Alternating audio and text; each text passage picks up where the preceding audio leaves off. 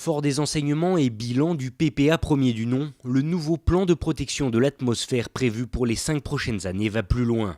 En effet, plus d'une cinquantaine de mesures élaborées lors du premier volet sont donc maintenues, voire renforcées, à l'image de la future interdiction pour les particuliers de posséder des cheminées à foyer ouverts d'ici 2022, responsables d'environ 70% de la pollution de la vallée. Ces politiques n'ont de sens que si elles s'inscrivent dans la durée.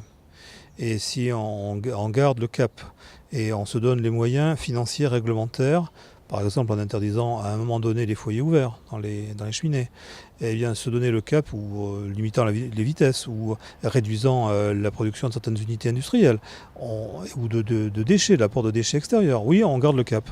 Et c'est comme ça qu'on arrive à régler durablement les questions de pollution dans une vallée aussi diffuse qu'est la vallée de l'Arve. Pour de nombreuses associations qui attendaient depuis longtemps ces nouvelles mesures, la liesse est toute relative. En effet, si des avancées sont notables sur certains domaines, on regrette trop de mesures incitatives et trop peu de réglementations strictes.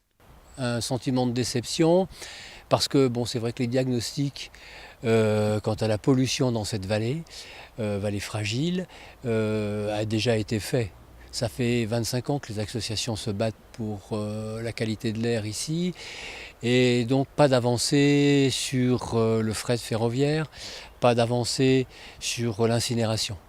Pourtant, les objectifs sont clairs. Selon le préfet de la Haute-Savoie, ce nouveau plan de protection de l'atmosphère de la vallée de l'Arve permettra bel et bien d'ici 5 ans de revenir dans les clous et même d'aller bien plus loin de ce que préconisent les obligations réglementaires. Baisser de 30% l'émission en particules dans la vallée pour diminuer le taux de mortalité de 50%.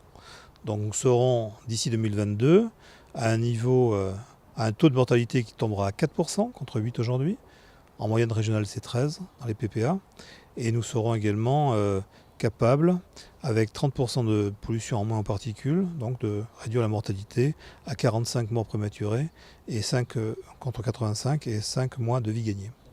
Dès cet été, l'autorité environnementale devrait se saisir du dossier en parallèle des collectivités pour donner leur avis sur ces mesures, avant une autre phase, celle de l'enquête publique, à l'issue de laquelle ce PPA deuxième version devrait être signé, puis mis en application, tout cela à l'horizon début 2019.